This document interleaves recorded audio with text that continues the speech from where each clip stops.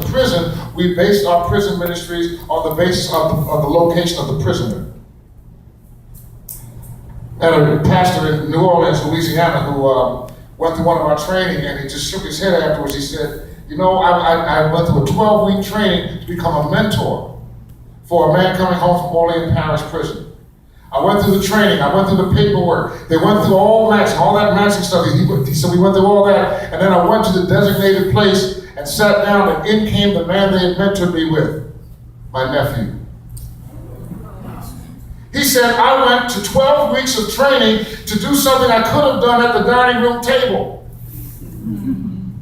But because our paradigm is an outreach paradigm, we've lost sight of the fact that we are already connected to a number of men and women who are incarcerated. They're our sons, they're our daughters. Part of the problem there is shame. I'll deal with that in a minute. But just starting with the notion that the prisoner and the sick person are on the same list in Matthew 25, and what the sick person gets, the prisoner should get as well. Which means supporting our own members, individuals and their families affected by crime, incarceration, and prison reentry. The reality is that we are locking up our own members. I know, there's nobody like that in my church. We don't have anybody like that in my church. Guess what? When I was locked up, I had already been a pastor. I had left the pastors. I couldn't handle it, and my addiction got the best of me. People said, "What you get locked up for?" Let's put it this way: I'm allergic to alcohol. When I drink, I break out in handcuffs. Okay?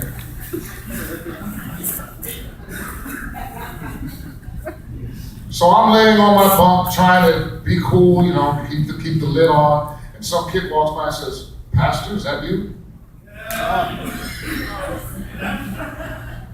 And I said, "I don't know you. Who are you?"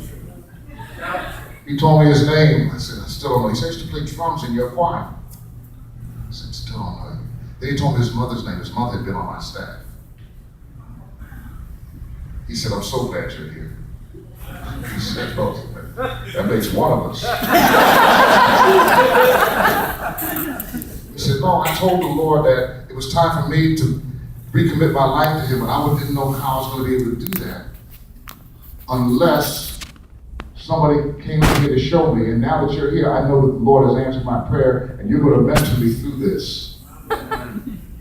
And so my first mentee, I didn't fill out a form. My first mentee was a young man from my church that I was incarcerated with, and before I left that facility, I met 3 more young men whose mothers I had pastored, I met 2 young men whose cousins I had pastored, and I met another young man whose wife I had pastored through their divorce. So he didn't like me too much. But we made up. My point is that our own members were being locked up. Young people and older people who grew up in our congregations. And it's not just a black thing, it's not just a white thing, it's not just a Latino thing. It's our folks from our congregation. We're already connected to the prison population.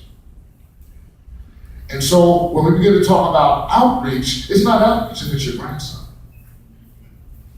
So the second thing is that we're saying to congregation, start with your own membership. You have people in your own church who come Sunday after Sunday and suffer with the pain of the separation, the betrayal, the hurt of a child that they brought to church with such promise. And now they're incarcerated.